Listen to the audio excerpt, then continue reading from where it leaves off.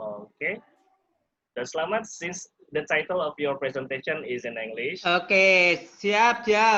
Are you gonna present it in English? Yep. Oh yes, wow. Okay, the time is yours, Oke. Ahmad Raharjo. Kami persilakan.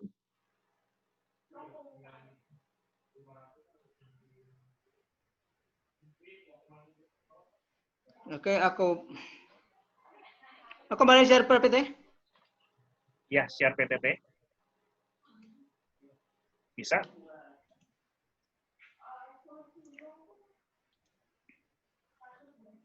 Alright.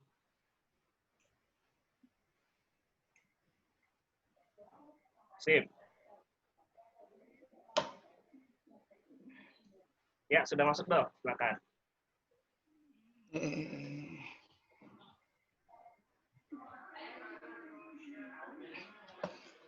Oke, terima kasih. Selamat malam, kolega sekalian, peserta ini acaranya Dr. P The Vet Show dari Dr. Binol, yang pada malam hari ini saya diminta untuk share cerita ataupun kasus pada pasien hegok, ya, jadi itu tumor pada hegok. Nah, mungkin banyak di antara kolega dokter hewan yang belum pernah menangani pasien hegok secara langsung, ya. Hegok atau disebut juga sebagai di Indonesia kadang disebut sebagai landak mini. Meskipun sebetulnya bukan landak. Ada juga yang menyebut sebagai di beberapa literatur landak susu. Nah, ini istilah-istilah yang digunakan. Sebetulnya landak mini atau hegok ini adalah insektivora, small mammal yang sifatnya insektivora, pemakan serangga. Namun dalam pemeliharaan seringkali mendapat perlakuan seperti omnivora. Jadi nanti pakan juga harus bervariasi, bukan melulu insekta. Kemudian saat ini populer sebagai pet animal. Landak mini mulai masuk ke Indonesia tahun sekitar 2000-an. Pada saat itu harganya lumayan, sekitar pada tahun 2000 itu harganya bisa 500 sampai 750.000 per ekor. Yang waktu itu tentu saja kalau dikalkulasi dengan nilai rupiah ke dolar masih sangat lumayan. Ya, pada tahun 2003 sampai 2005, sekitar 2 tahun saya sempat breeding landak mini ini, di mana pada saat itu anak normal bisa kita jual dengan harga 250 sampai 500.000 tergantung kualitas. Ya.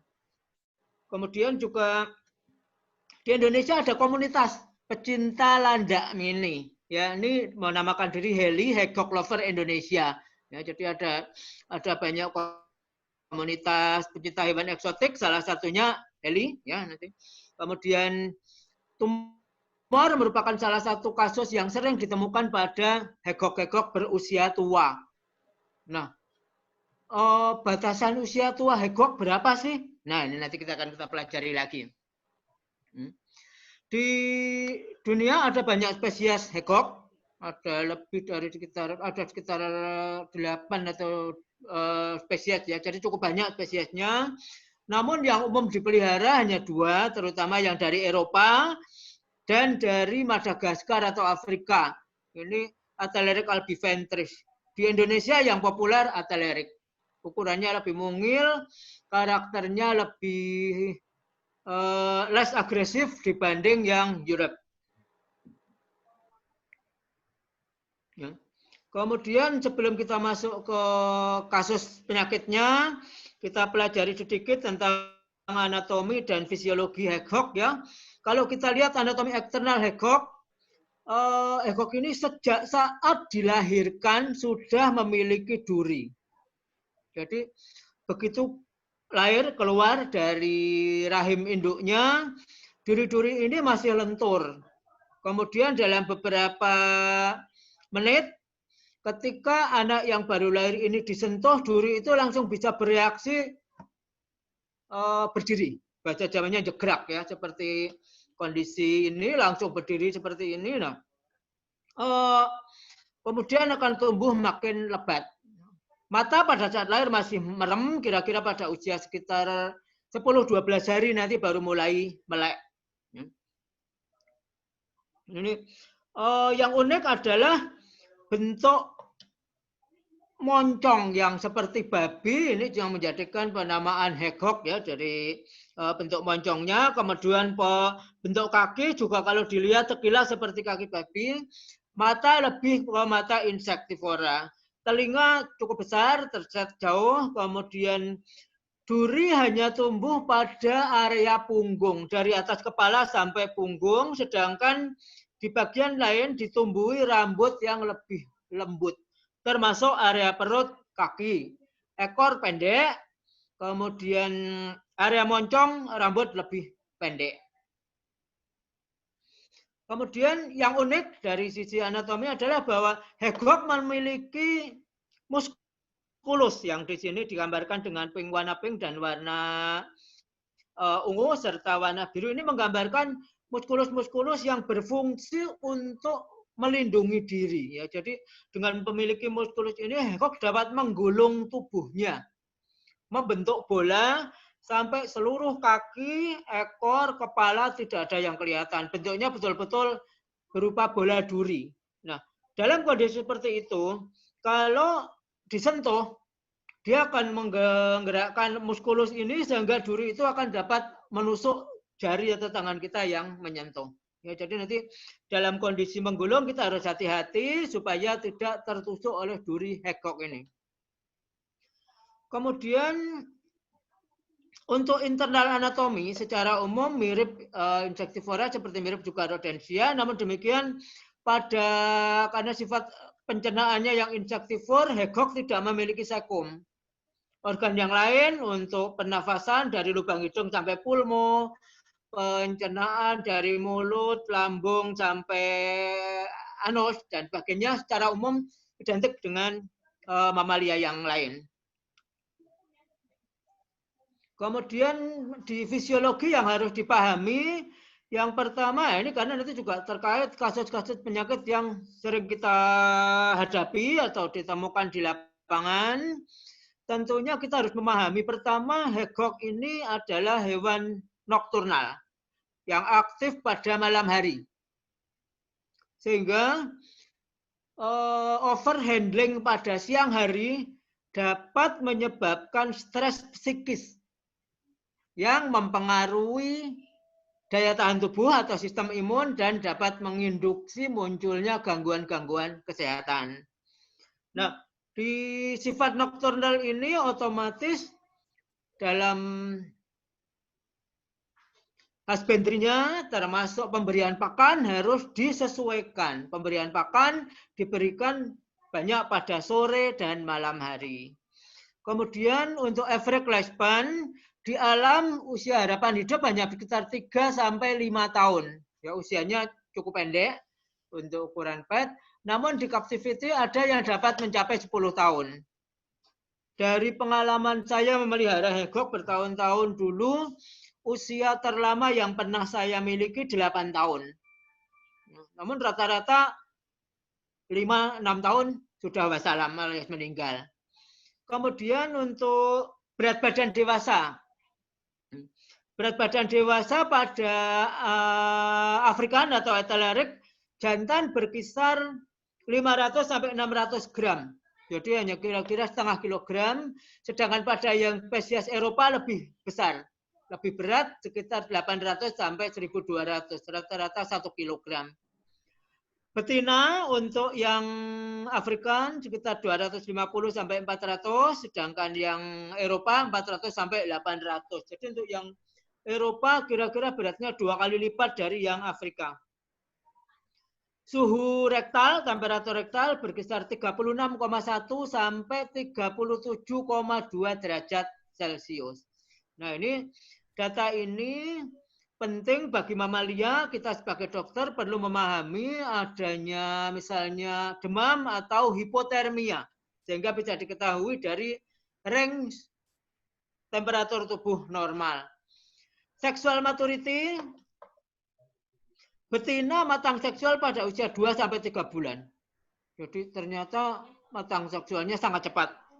2 bulan, 3 bulan sudah dewasa. Jantan berkisar 3-4 bulan.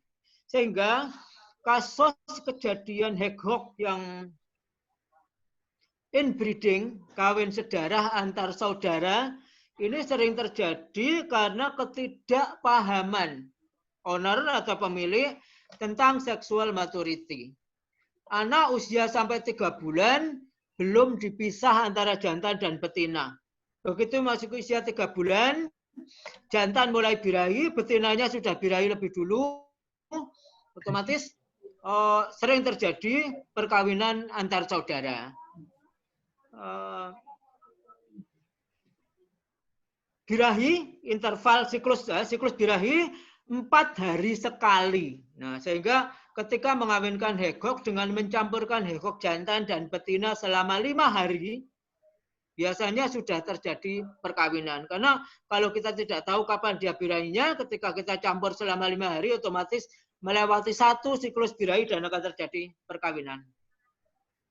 Kemudian periode kebuntingan sekitar 31-34 hari.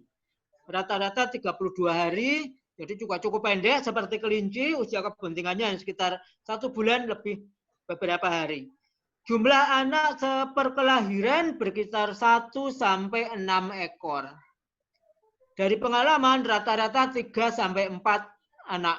Ya, ini pada saat lahir langsung kelihatan. Kalau yang albino ataupun yang normal, nanti ada yang grey, ada shell pepper, ada pinto dan sebagainya, varian warnanya cukup banyak. Kemudian Hegok juga memiliki satu behavior yang harus dipahami, baik oleh dokter maupun owner. Induk akan kanibal apabila stres. Nah, salah satu pemicu stres adalah ketika anak yang baru dilahirkan disentuh tangan. Nah, sehingga pada Hegok 4 hari pertama dari kelahiran anak Hegok ini tidak boleh disentuh menggunakan tangan. Kalau dalam kondisi khusus, misalnya si anak terlempar dari nest atau dari sarang, untuk mengembalikan ke nest lagi, kita tidak boleh menyentuhnya langsung. Tapi tangan kita bisa dibungkus menggunakan kain, kemudian anak Hegok itu kita ambil, kembalikan lagi ke sarangnya. Tapi kalau disentuh dengan tangan kita, anak itu akan bau tangan kita. Si induk merasa terancam melihat adanya bau asing. Ini seringkali anaknya kemudian akan dimakan habis, tidak bersisa satupun. Ya, ini jadi salah satu behavior satwa liar adalah ketika di alam induk merasa anaknya terancam oleh predator, si induk akan memakan terlebih dahulu sebelum anak-anak tersebut dimakan oleh predatornya. Kemudian ada satu lagi behavior yang paling unik dari Hegok adalah phlegmon. Yakni satu behavior di mana ketika Hegok mencium aroma yang aneh, aroma tajam, mungkin bau parfum dan sebagainya, dia akan menjilati sebagian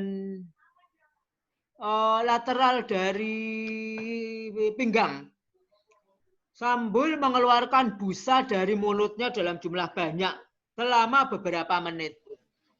Nah, ini seringkali pemilik panik ketika Hegoknya tiba-tiba menjilat-jilat tubuhnya, mengeluarkan busa dalam jumlah banyak. Namun itu adalah behavior yang normal dan wajar pada Hegok. Dalam beberapa menit nanti akan berhenti sendiri dan normal lagi. Kemudian terkait kasus gangguan kesehatan ada banyak sekali. Dari diare, parasit ya yang sering itu skabies misalnya, kemudian bakteri, pneumonia dan berbagai gangguan yang lain. Namun di lapangan kasus-kasus yang sering dibawa ke dokter terutama berhubungan dengan tumor atau neoplasia. Nah, ini pada Hegok tumor-tumor ini diklasifikasikan sebagai tumor kulit, vaskular, muskuloskeletal, gastrointestinal, reproduktif dan respiratori. Jadi sesuai dengan sistem organnya. Di lapangan kasusnya bisa single, bisa multiple. dalam satu individu bisa hanya ditemukan satu tumor atau kadang beberapa atau banyak tumor pada satu tubuh. Nah ini supaya dipahami ketika mendapatkan kasus tumor pada Hecock. Dari pengalaman yang paling kita temukan, ya, pertama lipoma, ya, kemudian granuloma, squamous cell karsinoma, dan mammary karsinoma. Ini kasus yang cukup sering kita temukan. Ya. Seperti kita tahu untuk karsinoma ini sifatnya yang malignan, sehingga biasanya tindakan surgery bisa kita lakukan. Namun potensi untuk rekuren atau kambuh cukup tinggi. Ya. Ini saya akan share salah satu kasus karsinoma pada Hecock yang pernah kita tangani ya pada Hecock. Yang pertama dari clinical history, ya ini di Jogja cukup populer. Sinyalemennya adalah African pygmy Hecock atau Leric albiventris, ya ini betina berusia 4 tahun, albino, nanti pada albino, warna duri putih, warna rambut semua putih, kaki kuku putih dengan mata berwarna merah. Berat badan 400 gram, untuk Athalaric 400 gram, betina ini termasuk obes, termasuk batas atas yang berat batas atas. Kemudian clinical history dari anamnesa, betina ini adalah parent stock atau induk ya yang digunakan untuk breeding, di mana sampai dia dipensiunkan sebagai induk, rekod breedingnya 10 kali melahirkan. Ya. Nah, Hecock kalau dalam kondisi normal, kalau tidak dikontrol, dalam 1 tahun bisa melahirkan 3-4 kali. Karena breedingnya sepanjang tahun. Begitu birahi usia 2 bulan, betina kalau tidak dipisah akan dikawini oleh jantan yang lebih tua, mulai bunting. Usia 3 bulan melahirkan pertama, menyusui sekitar 25 hari.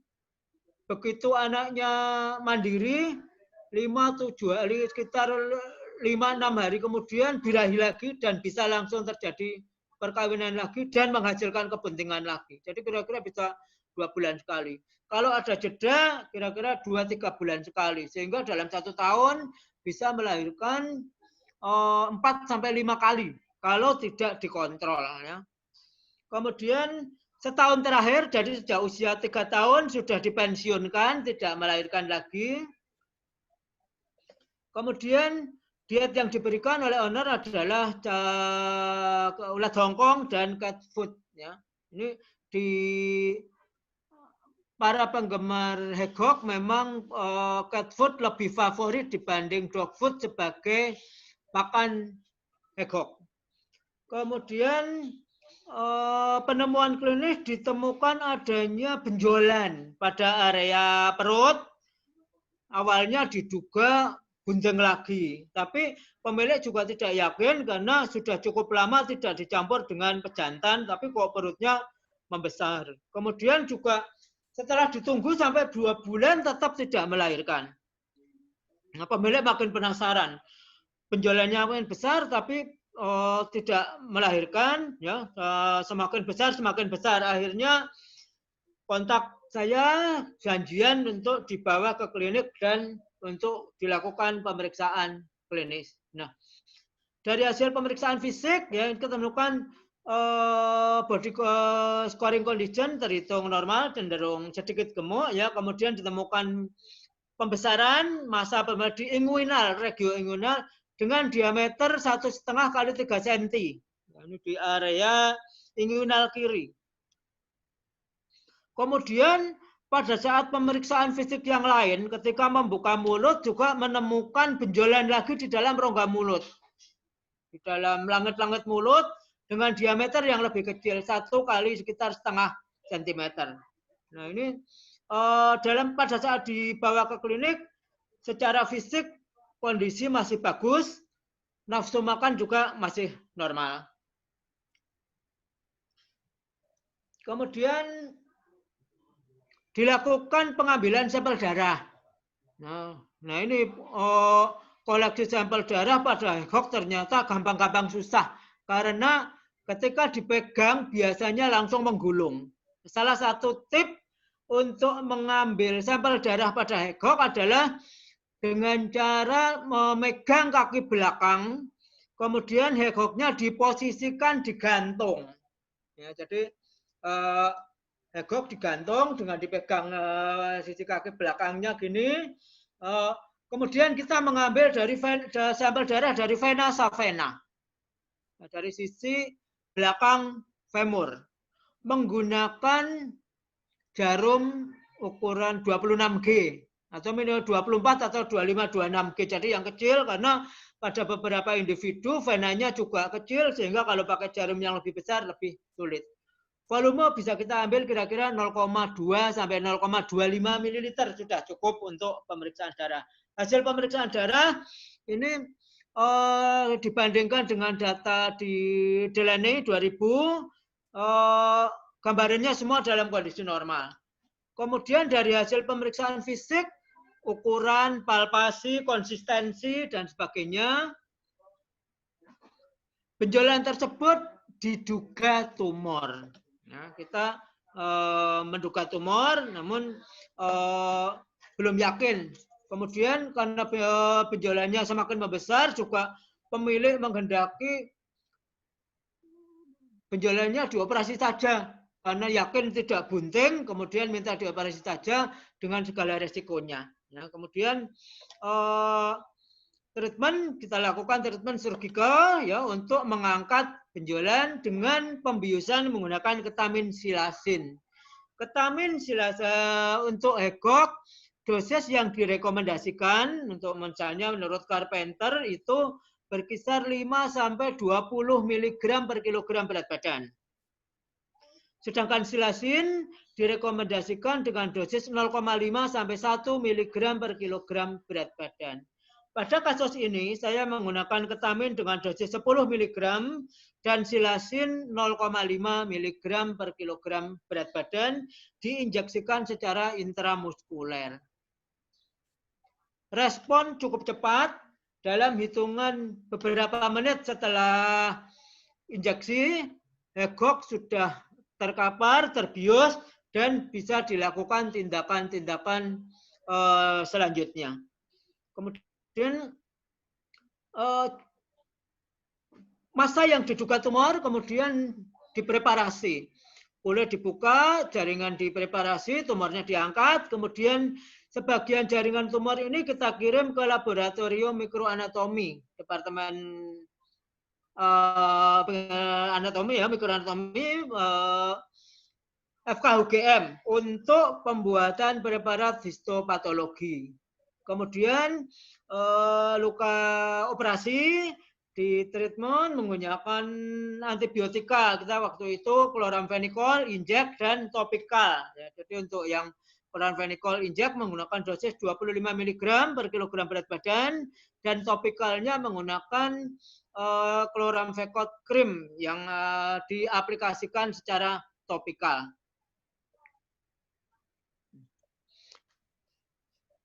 Berdasarkan penemuan, nah ini ternyata plate-nya melompat ini.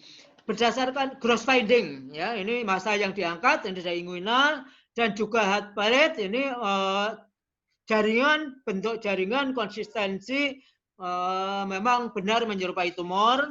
Kemudian Hegok yang memiliki berat 400 gram, tumor yang kita angkat dari beberapa bagian tubuh ini beratnya untuk yang heart pellet beratnya 1 gram. Berarti sekitar 0,25% dari berat badan. Dan yang di inguinal ternyata itu berada pada puting kelima dan ya jumlah puting ada 10 ya pada Hegok.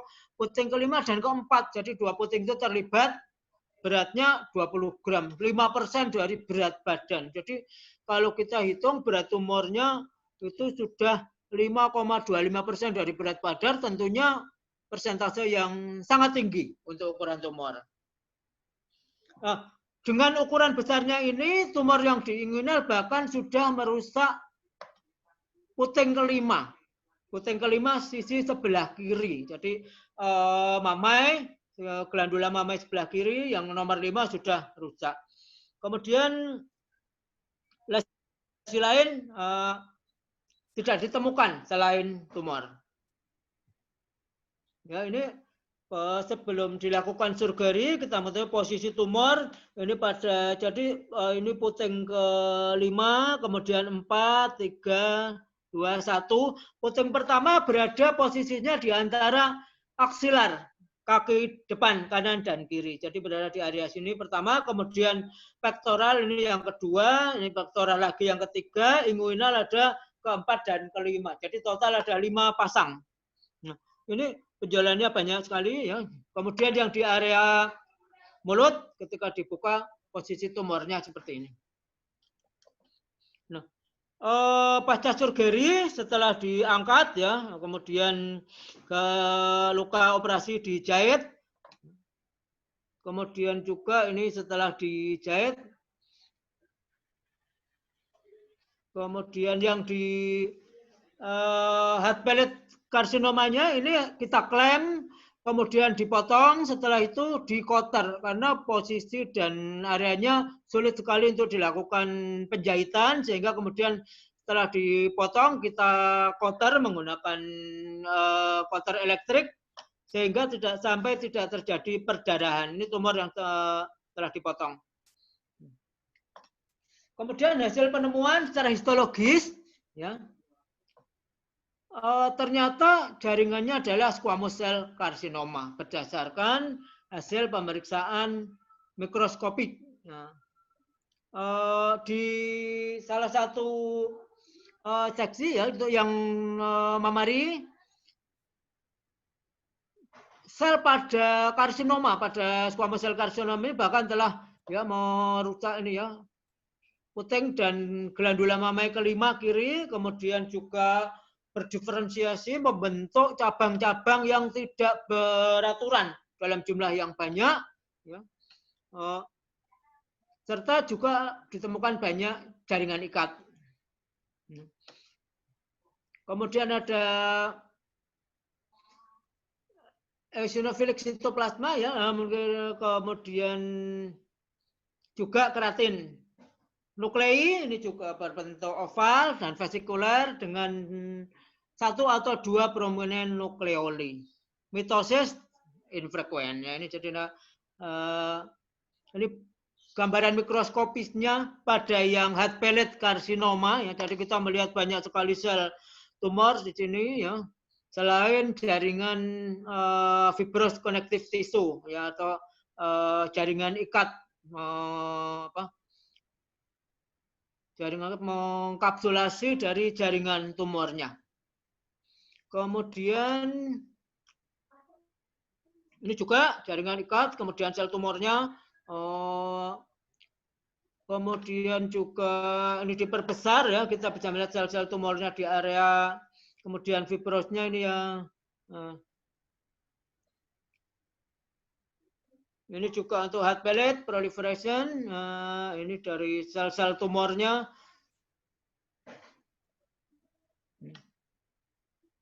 Ini sel-sel tumor dengan inti yang terlihat dengan jelas.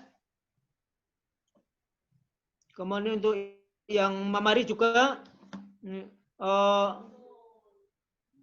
terlihat dengan jelas.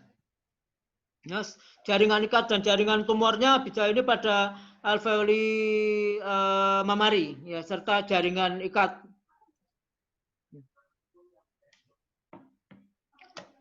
Dari sisi ini diskusinya kita, tumor merupakan salah satu kasus yang umum, kondisi klinis yang pada hegok berusia tua, bukan ini hegok tapi juga roden, female roden yang berusia tua, serta insektivor yang juga digunakan untuk indukan selama beberapa tahun. Ya, ini potensi ini sangat tinggi untuk muncul. Kita belum bisa belum menemukan jawaban ilmiahnya mengapa induk betina yang dibreeding terus-menerus sangat potensi mengalami tumor dibanding jantan yang sama-sama digunakan untuk pejantan. Jadi kasusnya lebih banyak pada betina. Kemudian untuk karsinoma pada non-domestic animal ini umumnya cukup jarang dan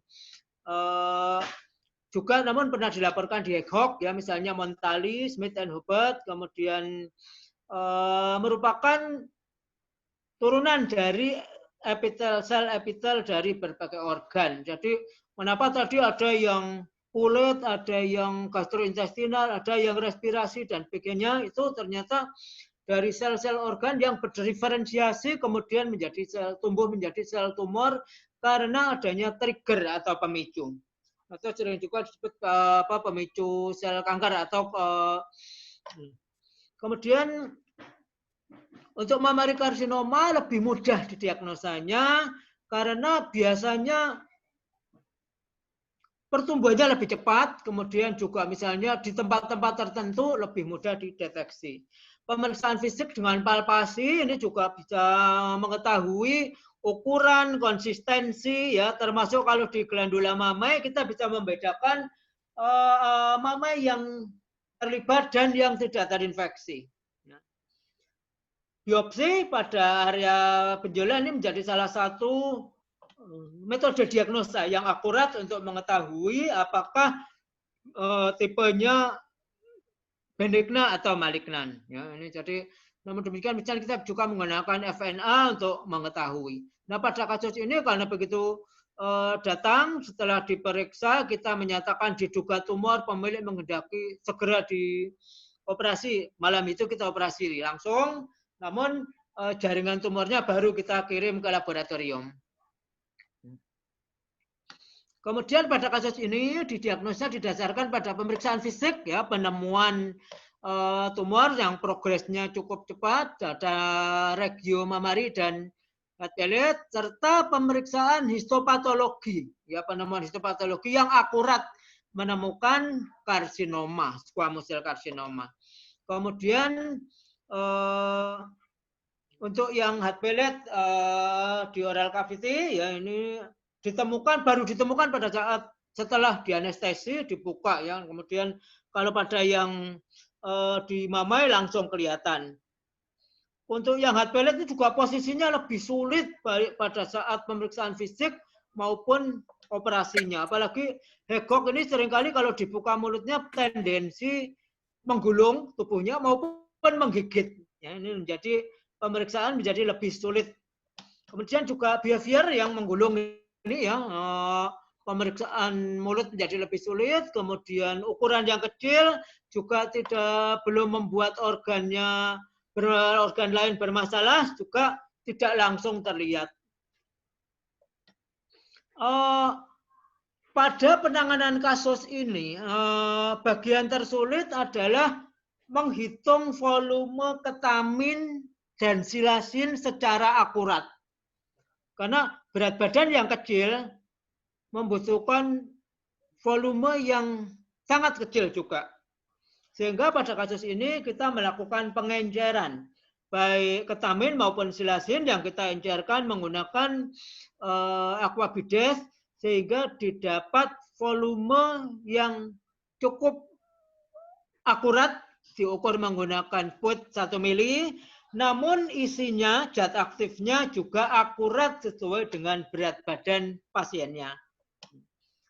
Nah, kemudian proses surgery pada hewan-hewan berukuran kecil ini juga sangat berbahaya karena potensi bleeding, apalagi tumor, potensi bleeding cukup tinggi. Ini seperti pada kasus ini, tadi terlihat bleedingnya lumayan, ya. Ini tubuhnya kecil, berat badan kecil, volume darah sedikit. Kalau bleeding dapat berakibat fatal. Alhamdulillahnya prosedur surgery pada kasus ini berlangsung baik, ya, bleeding dapat diatasi, kemudian tumor dapat diangkat dari kedua lokasi, mammary maupun head pellet. Kemudian pada operasi, hedgehog di treatment menggunakan antibiotik sistemik topikal pada area luka operasi. Mengingat karsinoma cenderung metastasis dan rekuren, ini observasi pasien secara reguler setelah dioperasi dianjurkan untuk mengetahui rekuren tidaknya kasus ini. Nah, ternyata pada kasus ini beberapa bulan, hampir sekitar 5 bulan kemudian, ternyata tumbuh lagi pada mamai yang lain lagi. Namun yang berikutnya perkembangannya tidak secepat yang pertama dan tidak kita lakukan operasi lagi karena mengingat hasil mikroskopiknya yang karsinoma, potensi untuk berulang lagi juga sangat tinggi sehingga yang terakhir tidak kita lakukan terapi sampai si Hegok menghembuskan nafas terakhir pada usia menjelang 5 tahun. Jadi pasca surgery hampir 1 tahun sampai dia bisa bertahan. Kemudian kesimpulan ya, head pellet and mammary carcinoma ini kasus yang cukup jarang pada domestic animal, namun sel-sel neoplastik, epithelial neoplastik ini berdiferensiasi dari irregular ventricle ya, ini juga sering membentuk satu bentukan khusus kemudian terkapsulasi oleh jaringan fibrosa atau jaringan konektif.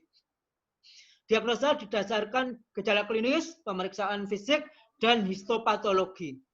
Kemudian karsinoma yang tendensinya metastasis dan rekuren, observasi diperlukan pasca penanganan surgery. Nah, ini beberapa bulan lalu, bulan Juni, ada satu kolega dari wilayah Kalimantan Barat yang menemukan juga kasus tumor pada Hegok di area punggung. Pada saat pertama dikonsultasikan ke saya, tumornya masih berwarna merah besar. Dan mengingat bentukannya dan dari pengalaman saya menangani ini, saya menduga juga itu mammary carcinoma, sehingga saya menyarankan untuk tidak dilakukan operasi, tetapi diterapi menggunakan antibiotika dan dibarengi dengan terapi menggunakan kapsul kunir putih. Di small mammal seperti anjing dan kucing, penggunaan kapsul kunir putih untuk terapi tumor dari pengalaman kami memberikan hasil yang cukup memuaskan. Nah, di kolega dari Palangkaraya lupa saya Kalbar itu. Kemudian dengan menggunakan terapi itu dia juga melaporkan progresnya dan menurut saya progresnya cukup bagus, ukuran tumornya mengecil, meskipun sampai sekarang belum hilang sama sekali. Tapi juga baru sekitar sebulanan. Oke, beberapa referensi yang ada, kemudian nanti untuk PDF Book Exotic Animal Formulary dan Exotic Animal Cytology Hematology and Cytology, saya sudah share ke Dr. Binol sebagai admin.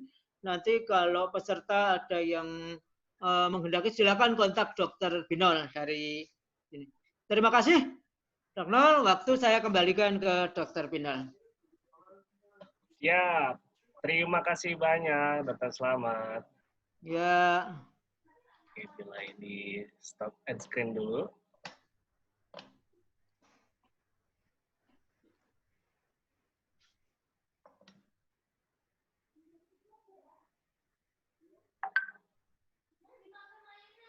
Bisa?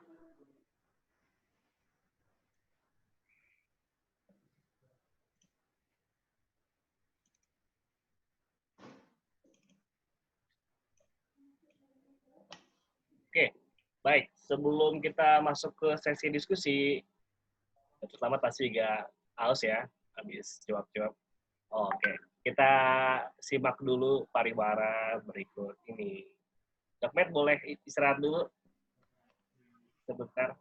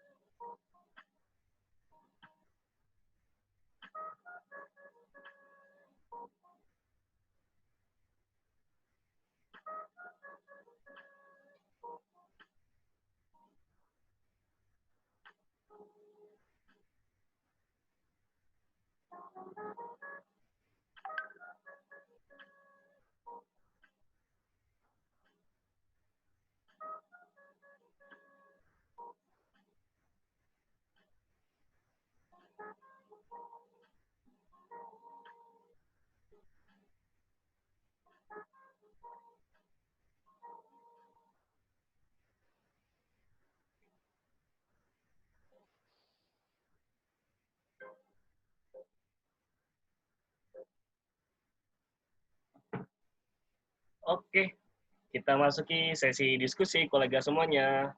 Dr. Slamet Raharjo, boleh pasang kembali kameranya.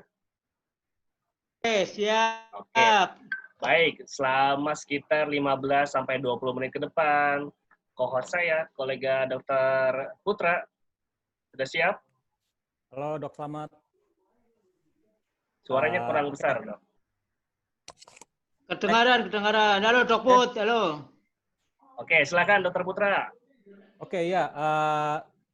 Selamat malam semuanya. Selamat malam khususnya Dr. Slamet yang sudah sharing tentang hedgehog ini. Ya, benar kata Dok Slamet, mungkin kita jarang dapat ini, tapi untuk orang-orang yang memelihara ini hedgehog sendiri ini udah banyak ya, apalagi di Jakarta itu dulu sebelum masa PSBB itu sering banget hedgehog itu dibawa ke taman, dibiarin jalan-jalan gitu. Jadi ngalah-ngalahin orang piara anjing gitu. Oke, Dok Slamet, ini pertanyaan pertama. Ya. Ada pertanyaan dia, kalau misalkan kita mau melakukan bedah pada hedgehog itu, kita bisa pakai laser surgery nggak, Dok? Pada prinsipnya bisa. Jadi laser surgery kan universal, bisa dilakukan pada semua hewan. Cuma di hedgehog apalagi hedgehog yang kulitnya super tipis. Kalau di area punggung, kulitnya juga sangat tipis, tapi lemaknya yang tebal. Kalau di area perut, kulitnya lebih tipis lagi. Oke, berarti intinya sama ya, Dok, ya? Nggak jauh beda secara prinsip. Pada prinsipnya sama, semua boleh dilakukan. Paling cuma butuh lebih hati-hati aja gitu, Dok, ya? Betul. Oke, ini pertanyaan berikutnya ini tentang premedikasi dan pembiusan, Dok. Jadi untuk premedikasi itu yang dokter sarankan memakai apa? Kemudian kalau misalkan kita pakai Zoletil, Propofol atau ACP itu apakah sama efektifnya gitu? Ya, kalau saya untuk eksotik pasien-pasien satwa eksotik sangat jarang menggunakan premedikasi. Saya biasanya misalnya menggunakan ketamin silasin untuk induksi, ya saya langsung ketamin silasin. Kalau misalnya maintenance menggunakan anestesi gas, misalnya isofluran, induksi ketamin, kemudian langsung pasang masker dan seterusnya. Yang tidak pakai anestesi gas, ketamin silasin langsung dicampur dalam satu spuit, diinjeksikan secara intramuskuler langsung. Untuk hedgehog, injeksi intramuskuler dilakukan paling mudah di area paha. Jadi area femur. Nah ini, namun demikian perlu trik untuk menghandle hedgehog. Pada kasus hedgehog yang kondisinya masih menggulung, itu harus kita biarkan dulu, dengan kemudian bila perlu ditiup di area muka, ditiup sehingga kemudian wajahnya keluar. Setelah wajahnya keluar, biarkan dulu sampai kaki depan terjulur. Setelah kaki depan terjulur, bersabar dulu sampai kaki belakang kelihatan.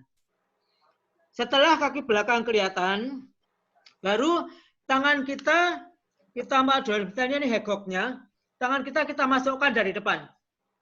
Dari depan ya, ini juga sekaligus untuk melihat respon apakah agresif menggigit atau tidak. Kalau tidak, terus tangan kita masuk ke bawahnya. Sampai di bawah tubuhnya.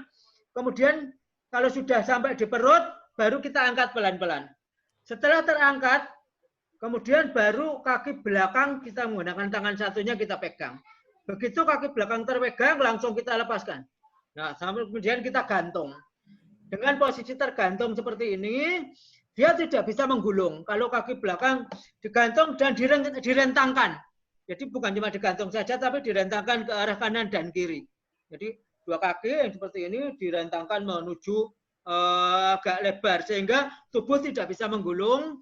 Kemudian injeksi segera dilakukan pada muskulus area femoral. Ya, jadi kalau hegoknya agresif, menggulung terus, dan tidak bisa dipegang, gunakan kain. Hegok itu kita tutup menggunakan kain, misalnya handuk, sampai menyelubungi seluruh tubuhnya. Kemudian kita angkat dengan seluruh kainnya. Setelah di atas tangan, baru kita balik. Posisi perut di atas, kemudian kita tiup. Sampai kepalanya keluar. Nah, ini nanti baru kita bisa menginjeksikan. Ya. Jadi posisi itu tadi, bios bisa dilakukan injeksi, tanpa premedikasi langsung injeksi ketamin silasin, dalam hitungan beberapa kurang dari 1 menit biasanya sudah langsung terlihat efeknya, tidur, dan setelah teranestesi kita bisa melakukan seluruh kaki diekstensikan ke 4 kaki, seluruh tubuh bisa kita periksa lagi dengan lebih detail sebelum melakukan tindakan-tindakan lanjutan. Begitu Dok Put ya untuk anestetika. Hewan-hewan mungil kadang kalau kita menggunakan premedikasi dulu, kita dengan susah payah kita bisa merestrain, kemudian kita suntik, menunggu beberapa menit untuk injeksi anestesi, si hegok menggulung terus tidak mau keluar. Nah, ini nanti anestesinya tidak bisa diaplikasikan dengan benar ya. Kira-kira seperti itu. Jadi bisa langsung dari pengalaman kami tidak masalah. Oke, lengkap Dok ya. Jadi dari awal sampai akhir anestesi itu jawabannya. Ini udah menjawab beberapa pertanyaan berikutnya juga. Titik penyuntikan IM tadi ya. Kemudian ini Dok, kan dokter sendiri udah pernah mendapat ada pasien yang dia minta steril atau OH nggak Dok untuk headstock ini sendiri? Pada hegok pernah. Ya. Baik jantan maupun betina. Jadi untuk tindakan neutering maupun spaying pada hegok, kalau jantan lebih mudah ya karena posisi testis di luar.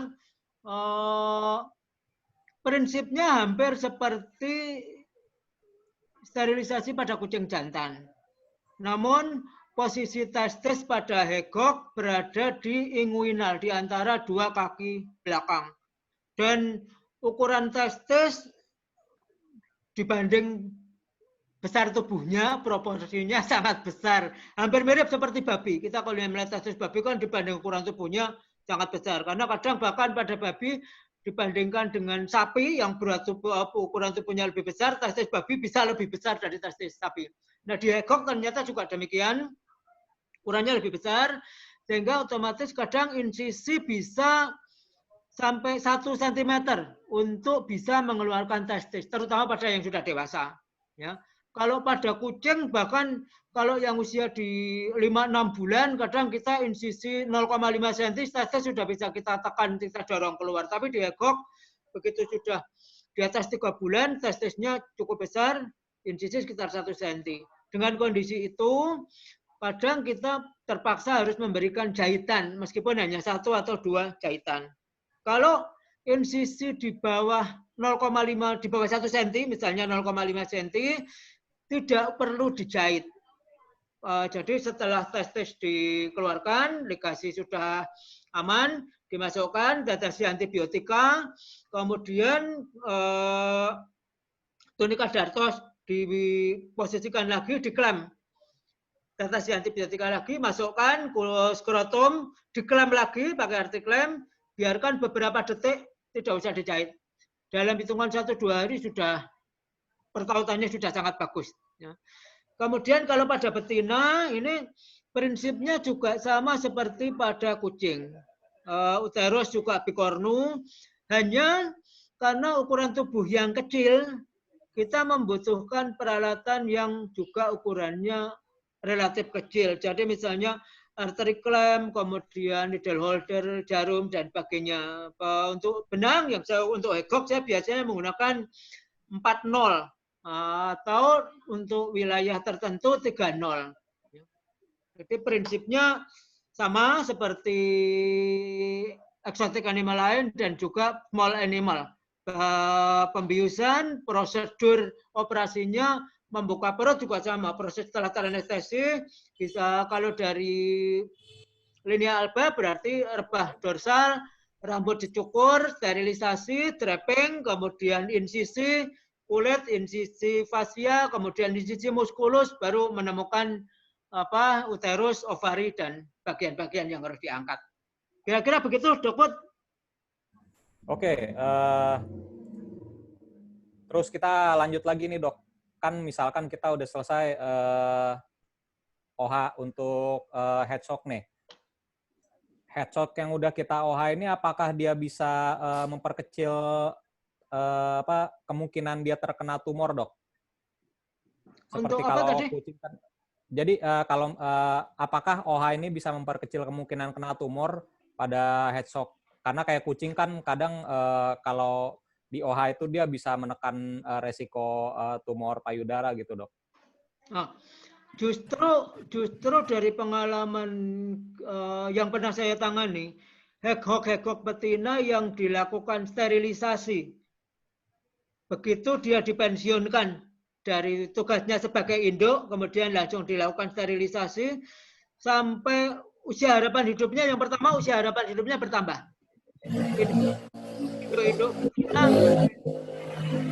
Induk betina yang digunakan untuk breeding, umumnya jarang yang mencapai usia 5 tahun. Kurang dari 5 tahun biasanya sudah meninggal. Nah, yang begitu usia 3 tahun dipensiun, disteril, ternyata beberapa ada yang bisa mencapai 6 tahun, bahkan lebih. Ya, ternyata steril dapat memperpanjang usia harapan hidup. Ini juga di kucing kan juga terbukti seperti itu ya. Di pet animal yang lain, betina yang disteril usia harapan hidupnya bertambah. Di hegok ternyata juga demikian. Kemudian dari yang usia harapan hidupnya bertambah itu ternyata juga tidak ada yang terkena tumor malah. Nah, ini juga mungkin berhubungan dengan siklus hormonal. Ketika ovarium dan uterus diangkat, otomatis hormonalnya menjadi tidak ada fluktuasi lagi. Artinya estrogen, progesteron, dan sebagainya yang sebelumnya naik turun ganti. Nah, ketika disteril stabil, yang menjadikan trigger untuk tumbuhnya tumor juga menjadi lebih minimal. Nah, ini justru yang kita temukan dulu tahun 2000-an, mungkin belum banyak orang yang bermain hegok, kita sudah banyak sekali mendapat. Karena kebetulan dulu saya waktu breeding, jumlah hegok saya bisa ada mencapai ratusan, lebih dari 100 ekor, sehingga waktu itu mungkin untuk wilayah Yogyakarta, hegok yang dipelihara 90% hasil breedingan saya, termasuk yang di beberapa kota. Akhirnya yang lain-lain ketika bermasalah kembali ke saya lagi. Kasusnya cukup banyak yang harus kita tangani. Kita kenal steril justru dianjurkan untuk small mammal yang memang tidak digunakan untuk induk. Jadi apalagi kalau dari awal dikehendaki untuk tidak digunakan, tidak menghendaki di breeding, lebih bagus begitu dewasa kelamin disteril. Karena dengan steril ini yang pertama agresivitas pasti berkurang karena siklus birahinya menjadi tidak ada. Ya, siklus birahi itu yang membuat psikologis itu naik turun, ya bukan cuma di hewan, di manusia juga biasanya menjelang datangnya tamu bulanan itu sensitif. Ya, minta dijemput terlambat 5 menit saja udah misalnya. Nah, di hewan ternyata juga sama. Jadi menjelang birahi karena hormon estrogen tiba-tiba naik, sensitif terhadap sentuhan, sensitif terhadap kondisi lingkungan, sensitif, dan ini juga berpengaruh terhadap kondisinya. Jadi ketika disteril, semua menjadi lebih stabil dan lebih aman, baik untuk hewannya maupun untuk ownernya. Gitu? Oke. Lanjut lagi nih dok. Jadi Ya. sekarang kita masuk ke operasinya. Jadi waktu kita melakukan operasi kan ada apa? Beberapa kalau misalkan pada hewan seperti kucing atau anjing kan misalkan dia ada tumor mame itu dia diangkat semuanya ya dok. Kalau Ya. untuk headstock ini sendiri dia diangkat semua juga nggak dok? Atau hanya di apa regio-regio yang kita terlihat ada tumornya begitu? Nah, kalau untuk diangkat semua atau tidak itu tentunya juga sangat tergantung dari yang pertama persetujuan pemilik. Artinya ada juga beberapa kasus tumor yang kita temukan di lapangan, namun pemilik tidak menyetujui untuk dilakukan tindakan operasi dengan berbagai pertimbangan.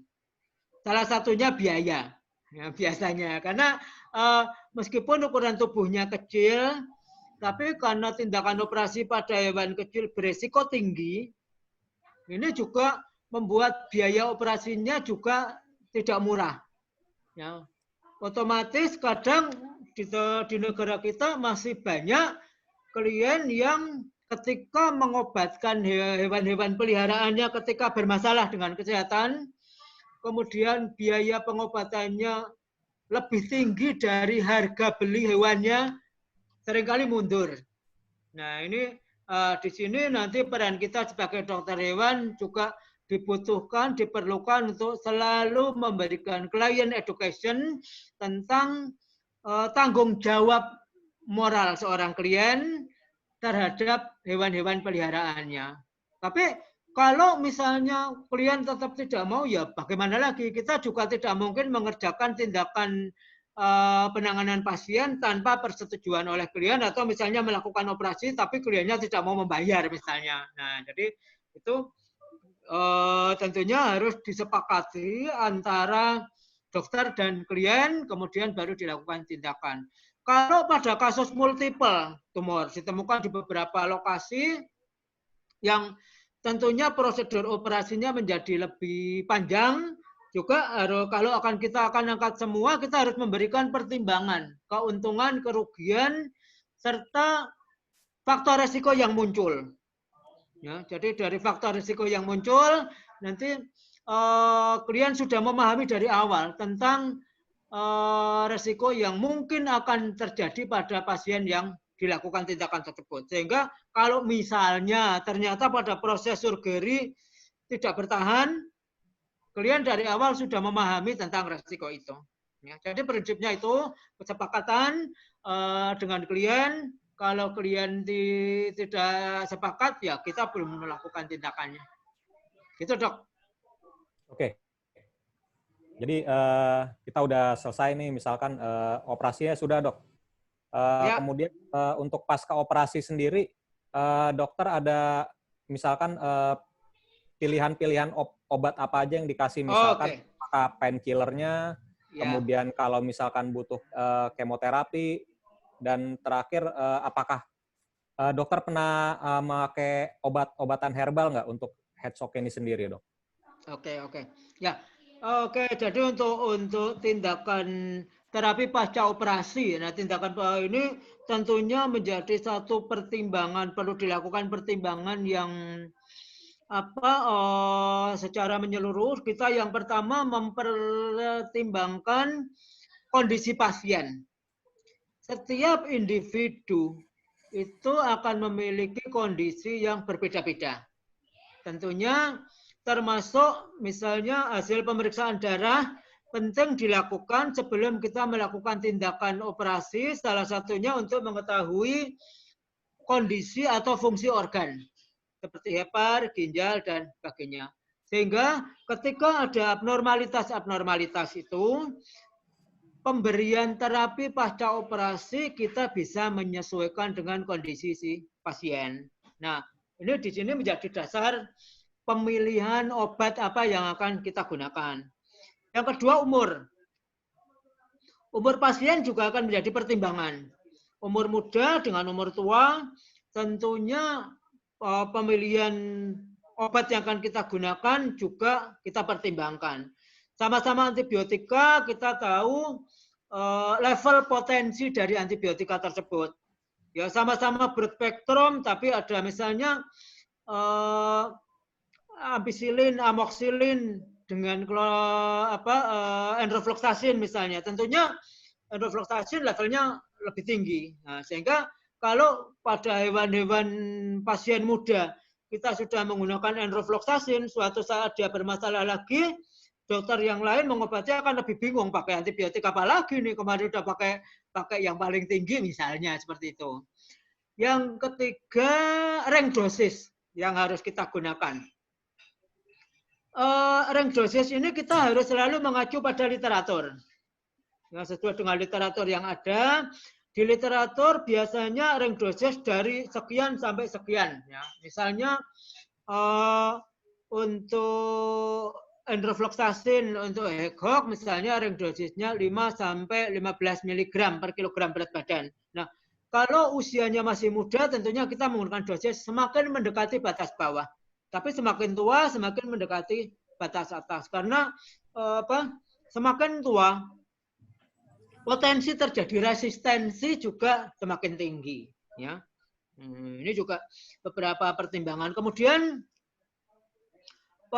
pemilihan obat tadi juga mau tidak mau kita harus mempertimbangkan stok obat yang kita miliki, yang keempat itu. Ya. Jadi kalau kita pada saat itu punya obatnya A, B, ya otomatis kita hanya bisa milih di antara A dan B.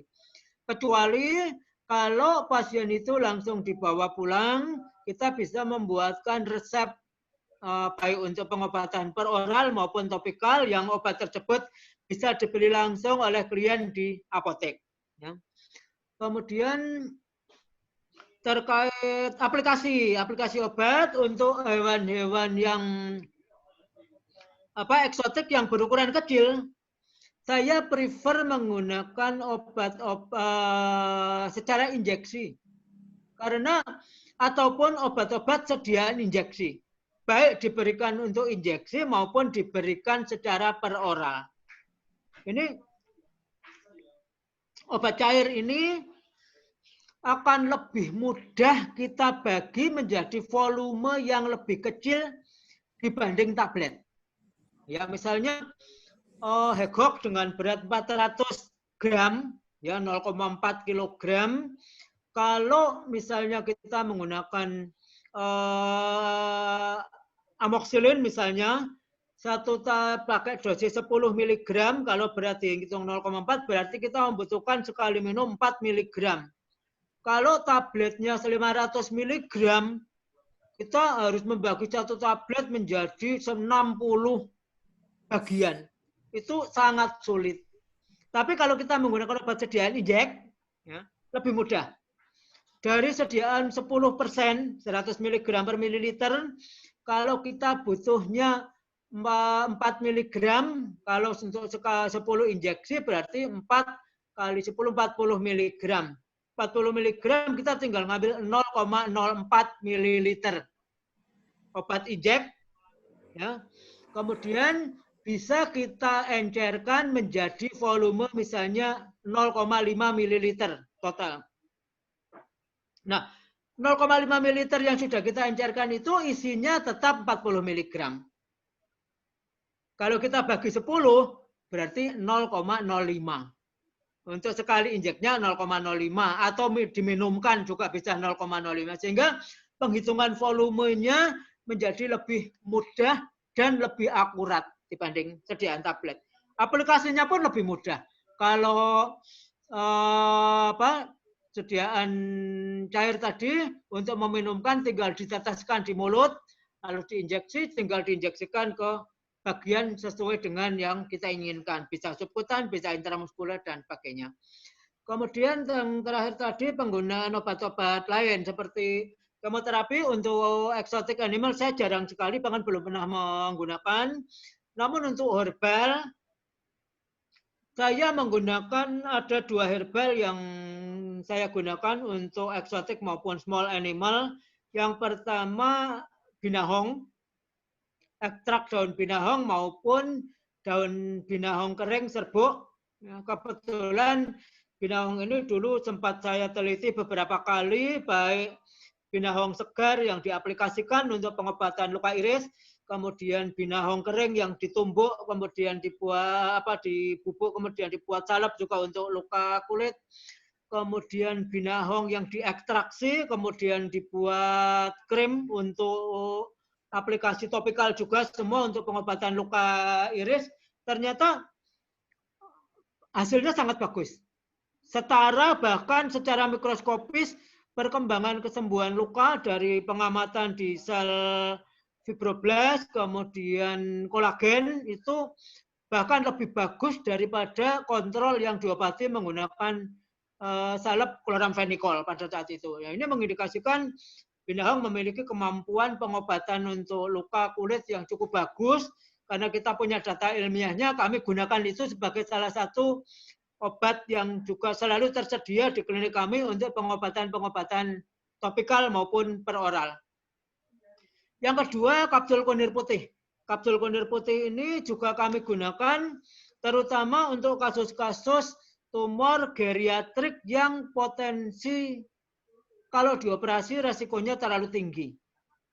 Awalnya dulu saya juga mempertanyakan, masa iya sih efektif cuma kunir putih. Nah, suatu ketika saya dapat pasien golden retriever berusia 14 tahun. Untuk golden usia 14 tahun itu sudah manula kan, average lifespan-nya ada 12 tahun, dia sudah melampaui average lifespan. Ada tumor di leher daerah sini, sebesar bola tenis, yang membesar dengan cepat dalam waktu 2 bulan. Pemilik kebetulan ekspatriat. Dia orang Inggris yang lama tinggal di Jogja. Dengan usianya, kemudian kita juga jelaskan faktor risiko kalau dioperasi. Dia justru menghendaki kalau bisa jangan dioperasi karena dengan usianya potensi gagal tinggi. Ya. Akhirnya saya memberikan opsi penggunaan kapsul kunir putih. Tentu saja orang Inggris yang tidak mengenal herbal juga bertanya-tanya. Tapi karena faktor usia tadi akhirnya menyetujui. Di anjing itu saya berikan 2 kapsul pagi dan 2 kapsul sore. 2 kali sehari 4 kapsul.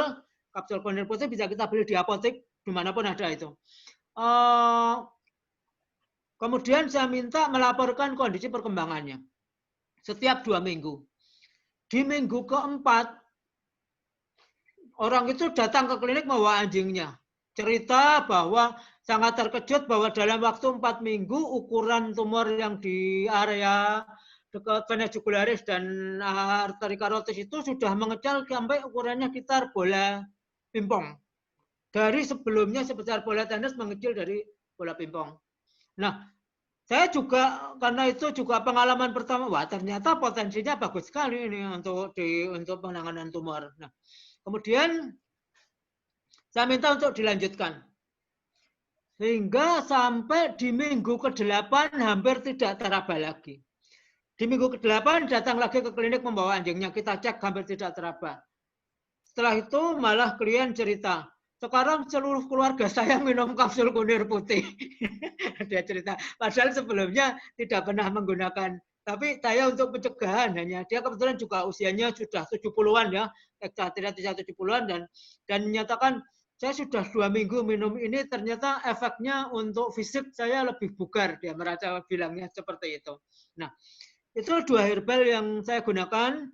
untuk anjing, kucing, small mammal, dan juga eksotik pada kasus-kasus khusus tentunya ketika penanganan, ini termasuk pada binahong juga saya gunakan untuk kasus-kasus seperti distemper dan parvovirus.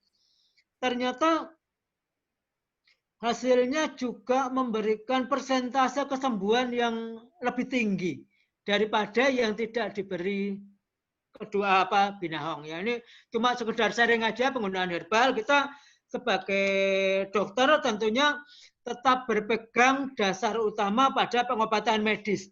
Namun herbal-herbal yang sudah dibuktikan secara laboratoris memiliki kemampuan sebagai obat, kita juga tidak perlu antipati, artinya boleh menggunakan, ya artinya saya pribadi dokter di klinik herbal apapun akan kamu coba boleh sepanjang kamu memiliki data ilmiahnya tentang potensi yang bisa digunakan sebagai obat. Kendalanya untuk obat-obat herbal adalah seringkali setiap tanaman yang berbeda, ditanam di tempat yang berbeda, dipanen pada usia yang berbeda, kandungan zat aktifnya akan berbeda-beda. Ya, ini dari pengalaman kami, binahong misalnya daun tua dan daun muda itu potensinya lebih bagus pada yang daun tua. Pada kapsul kunir putih kita tidak tahu prosesnya, tapi kapsul kunir putih itu kalau saya pernah tanya ke petani-petani kapsul kunir putih itu baru boleh dipanen pada usia minimal 9 bulan. Kalau kurang dari 9 bulan, umbinya itu disimpan dalam waktu 2 minggu itu sudah keriput. Tapi bukan umbi rimpang ya, kalau kunir itu rimpangnya. Tapi kalau dipanen pada usia antara 11-12 bulan, disimpan sampai 1 tahun, rimpangnya masih tetap bagus. Nah ini juga otomatis ketika mudah keriput, kandungan airnya lebih tinggi dibanding kandungan zat aktifnya. Nah, ini juga ini yang perlu dipahami sehingga dosis berapa yang harus kita berikan untuk herbal ini yang masih dalam tanda petik hanya berdasarkan pengalaman tapi tidak terukur secara akurat seperti pada obat-obat pabrikan. Kalau obat pabrikan 1 tablet 500 mg, kalau kita butuh minumnya 100 mg 1/5 tablet, berarti akurat pasti dalam 1/5 tablet ada 100 mg. Tapi kalau herbal 1 kapsul dari produsen A dengan 1 kapsul sama-sama 1 kapsul isinya 100 mg dari produsen B, zat aktifnya mungkin yang satu 10 mg, yang satu bisa 20 mg, bisa berbeda. Ya. Itu yang harus kita pahami sehingga nanti ketika kita memberikan pengobatan herbal harus dilakukan evaluasi hasil, kemudian durasi dan sebagainya sehingga kita bisa mendapatkan pengalaman untuk bisa diaplikasikan pada pasien lain. Begitu? Interupsi sedikit nih. Ya. Langsung ada request, Dok Med. Special request. Ya. Kapan-kapan bisa lah tampilin tentang herbal untuk keperluan klinis. Boleh. Boleh, siap. Lanjut, Dok Put. Oke, terakhir ini ada yang ngangkat tangan, Dok Erida Widiatmala. Mau bertanya langsung kayaknya ya, kurang greget kalau cuma lewat chat ya. Silakan Dokter Erida, langsung bertanya kepada Dokter Slamet.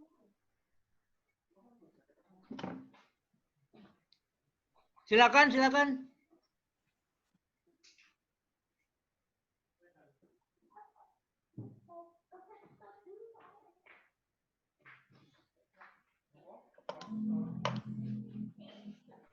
Dok Erida. Ya. Bentar. Oke, silakan.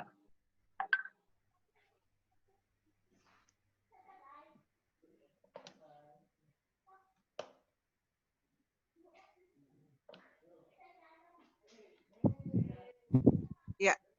Kedengaran suara saya? Selamat malam. Selamat malam. Saya Erida dari Banjarmasin. Iya, selamat malam Dok Erida. Sangat menarik sekali ini topiknya. Yang ingin saya tanyakan, kejadian karsinoma baik pada palatum ya maupun mame itu berapa persen, Dok? Dari pasien atau kejadian di dunia ini berapa persen dari ini kejadian kasus ini, Dok? Satu, ya itu pertanyaan saya. Terus bagaimana itu satu aja, Dok. Oke, Dok Ya, Slamet. Dok. Jadi Ya,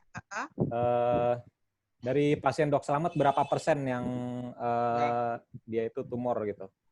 Oke, jadi kalau kita lihat dari total pasien HECOC yang pernah kita tangani, kasus tumor ini kurang dari 5%. Kasusnya kurang dari. Karena kalau data secara akurat tentu juga sulit sekali karena kita tidak memiliki di tempat lain kita tidak tahu bagaimana. Tapi yang sampai ke tempat saya dari misalnya dari total 100 HECOC yang ditangani mungkin tumor itu hanya sekitar 3 sampai 4 kasus ya. Semua hampir semua terjadi pada usia-usia di atas 3 tahun. Jadi semua terjadi pada usia tua. Okay. Oke, Dok Erida sudah puas dengan jawabannya ya? Belum, Dok. Belum. Ada lagi, Dok. Belum ya. Silakan, berarti orang Jawa boleh. Tadi selain kalau di atas 3 tahun diperkirakan karena hormonal, apakah ada faktor lain selain hormonal, Dok? Diperkirakan adanya ini tumor ini, Dok. Terima kasih, itu aja pertanyaan saya terakhir. Ya, terima kasih. Ya, memang betul sekali. Salah satu dugaan hubungannya dengan siklus hormonal yang kemudian dipicu dengan adanya trigger dari karsinogen.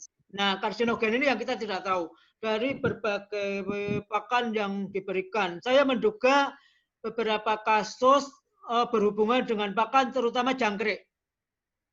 Jangkrik yang dijual sebagai pakan hewan ini banyak yang diberi makan pakan berupa kertas koran bekas. Jadi di mana pada koran itu ada tinta. Ya, jadi meskipun mungkin koran itu sudah 1-2 tahun yang lalu, tapi tintanya masih belum hilang. Ketika ditermakan oleh jangkrik, tinta ini mungkin akan terakumulasi di dalam tubuh jangkrik.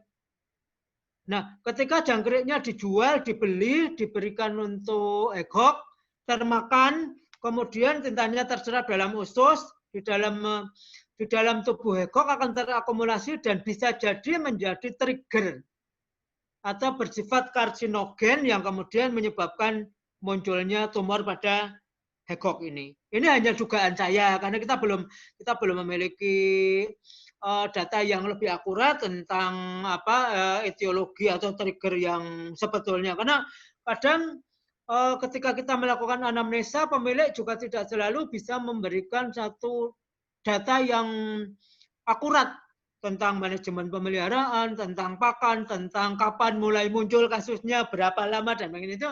Seringkali kalau ditanya, wah saya baru tahu 2 minggu terakhir ini, ternyata sudah sebesar ini misalnya. Nah itu juga akhirnya kita buntu, tidak mendapatkan ini sudah berapa lama, kapan, dan lain-lain. Tapi kira-kira dugaan saya seperti itu. Jadi trigger yang terikut dalam pakan, kemudian menjadi karsinogen di dalam tubuh, di saat-saat kondisi imunitas naik turun karena siklus hormonal tadi, memicu tumbuhnya sel tumor yang kemudian bisa menjadi tumor atau menjadi kanker. Begitu, Dok. Sama-sama, Dr. Ida. Bapak mandi dulu aja. Ya.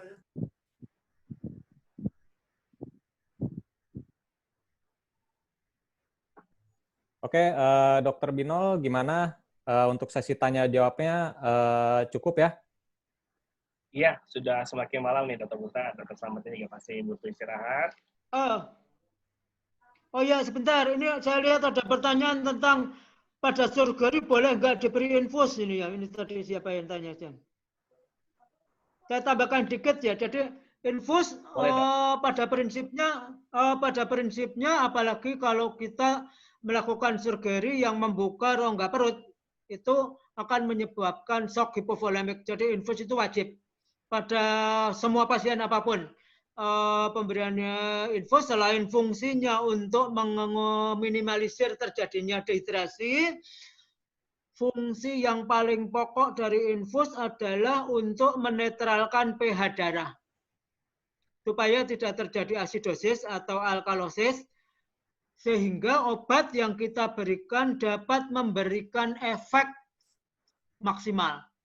Ya, jadi ini tentu saja untuk ini kita harus memberikan infus-infus yang sifatnya netral, isotonis dan juga pH-nya netral. Karena kalau kita menggunakan infus yang hipertonis maupun infus yang pH-nya asam atau basa, justru akan merubah kondisi pH darah.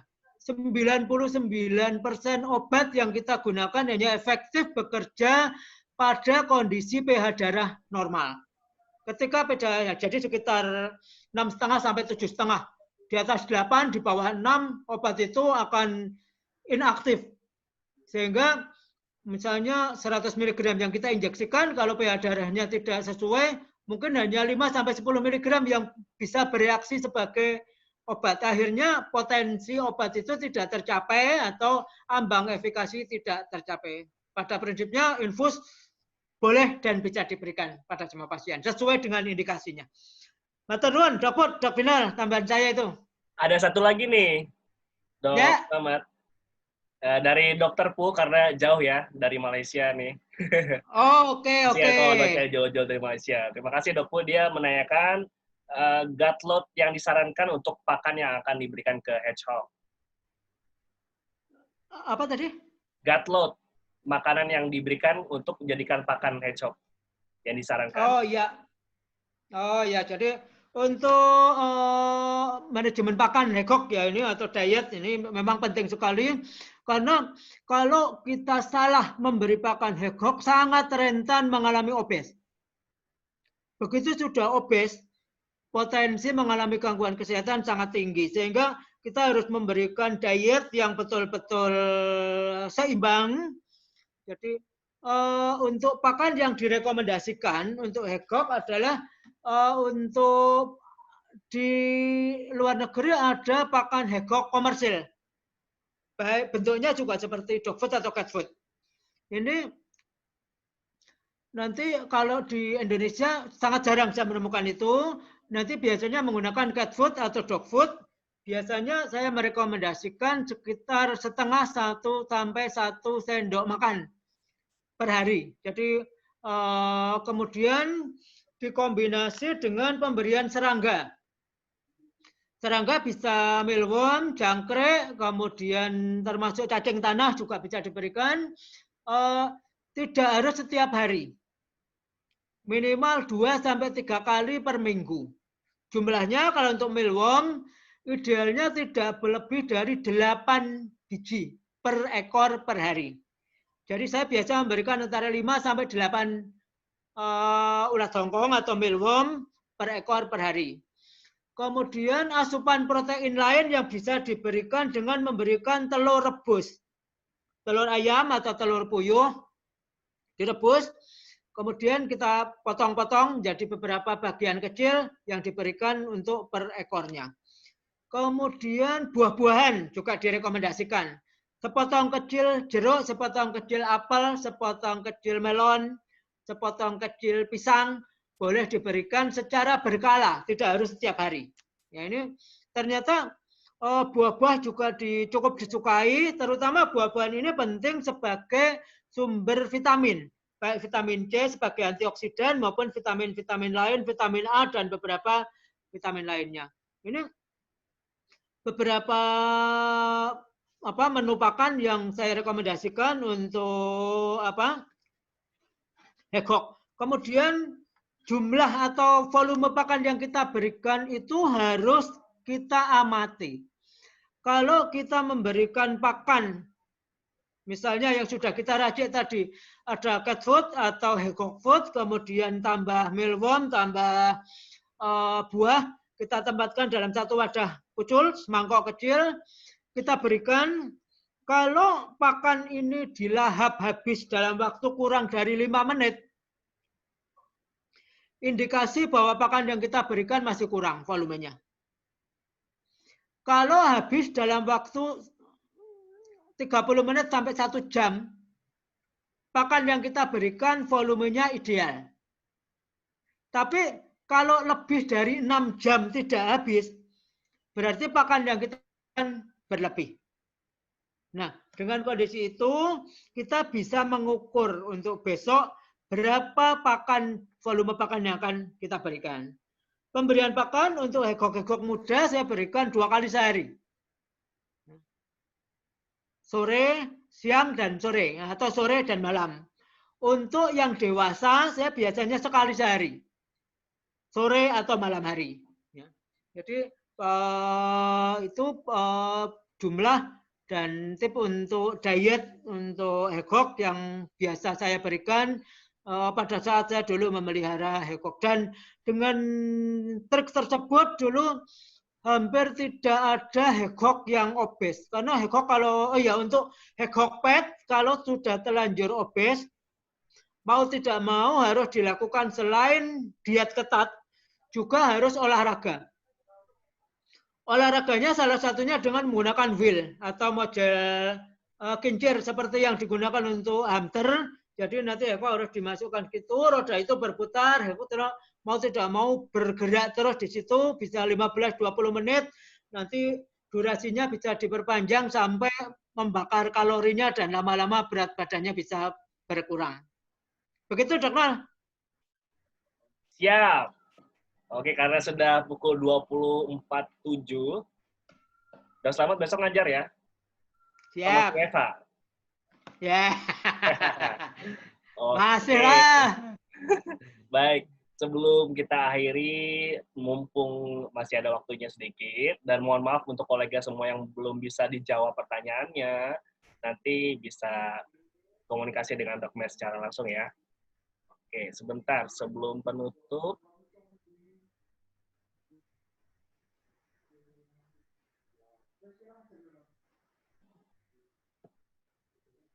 Oke, bisa terlihat.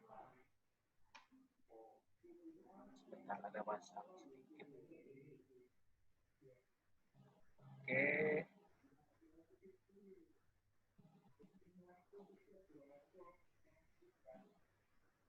Iya, Dok Med. Sudah terlihat quotes-nya? Sudah. Monggo silakan closing statement-nya.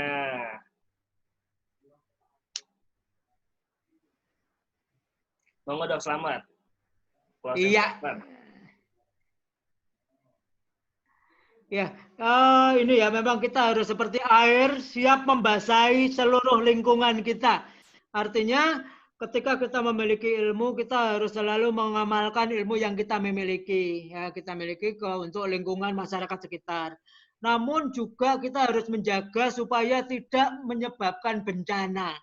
Ya, kalau terlalu over, banjir menjadi bencana. Prinsipnya seperti itu, Dok. Jadi kalau orang Jawa menyebutnya sakmadyo, artinya secukupnya tapi bermanfaat. Begitu, Dok. Oke, siap. Nih kuasanya sangat menarik sekali dan bermanfaat kita. Dan Dokter Slamet, kami ucapkan terima kasih banyak sudah berbagi ilmunya, sudah bersedekah ilmunya. Insya Allah jadi amal jariah nih ya, Dok. Selama ilmunya diaplikasikan oleh kolega semua, ngalir terus pahalanya, Dok. Amin. Amin, Ya. insya Allah. Oh ya, Dokter Slamet. Iya. Satu lagi untuk peserta malam ini, kalau misal masih ada pertanyaan yang belum tersampaikan, mau disampaikan langsung ke saya, boleh, monggo di PPT saya ada nomor kontak saya untuk WA, silakan boleh di WA langsung. Kalau pas saya sedang free, insya Allah langsung saya jawab. Kalau pas baru ada pekerjaan, nanti begitu slow akan juga saya jawab. Ya. Terima kasih, Dokter. Ya, ini kalau sama Dokter Slamet pasti dibales sih. Baik, terima kasih banyak Dr. Slamet yang sudah bersedia berbagi ilmunya di Dr. B The Pet Show. Dan kami mohon izin untuk dapat mengupload videonya ini di YouTube channel kami supaya masih banyak dokter-dokter yang bisa belum gabung malam hari ini bisa menikmati belajar ilmunya yang dimiliki oleh Dok Med. Dan jangan lupa ada teror dari kolega semua untuk herbal pada kasus-kasus klinik di klinik kita. Siap ya, Dok Med? Oke, Baik, terima kasih. Kami ucapkan kembali kepada Dr. Slamet yang menjadi pemateri malam ini dan kolega-kolega semua yang telah bersedia hadir menghadiri Dr. B The Pet Show. Jangan lupa like dan subscribe YouTube channel kami Dr.B The Pet Show, dan jangan lupa untuk follow akun Instagram kami Dr.B_The Pet Show. Jika masih ingin menikmati webinar-webinar podcast kami secara gratis. Jadi kalau nggak di like dan subscribe, nanti ke depan akan kita kasihkan harga loh, ya. Oke, baik, terima kasih. Saya Dr. Bino selaku host dan Dr. Dermawan Saputra selaku co-host dari Dr. B The Pet Show mengucapkan terima kasih banyak, dan jangan lupa hari Selasa kita akan punya chapter 2 dari Dr. Hewandia Pawitri tentang kiat kebersihan pada kucing, ya. Yang belum daftar segera daftar, dan kita akan ketemu Selasa depan. Saya Dr. Bino, Dr. Putra, dan Dr. Slamet. Terima kasih banyak. Mohon maaf atas segala kekurangan, dan materinya akan kami kirimkan lewat email. Ya, terima kasih. Bila itu walhidayah. Assalamualaikum warahmatullahi wabarakatuh. Waalaikumsalam warahmatullahi Selamat wabarakatuh. malam.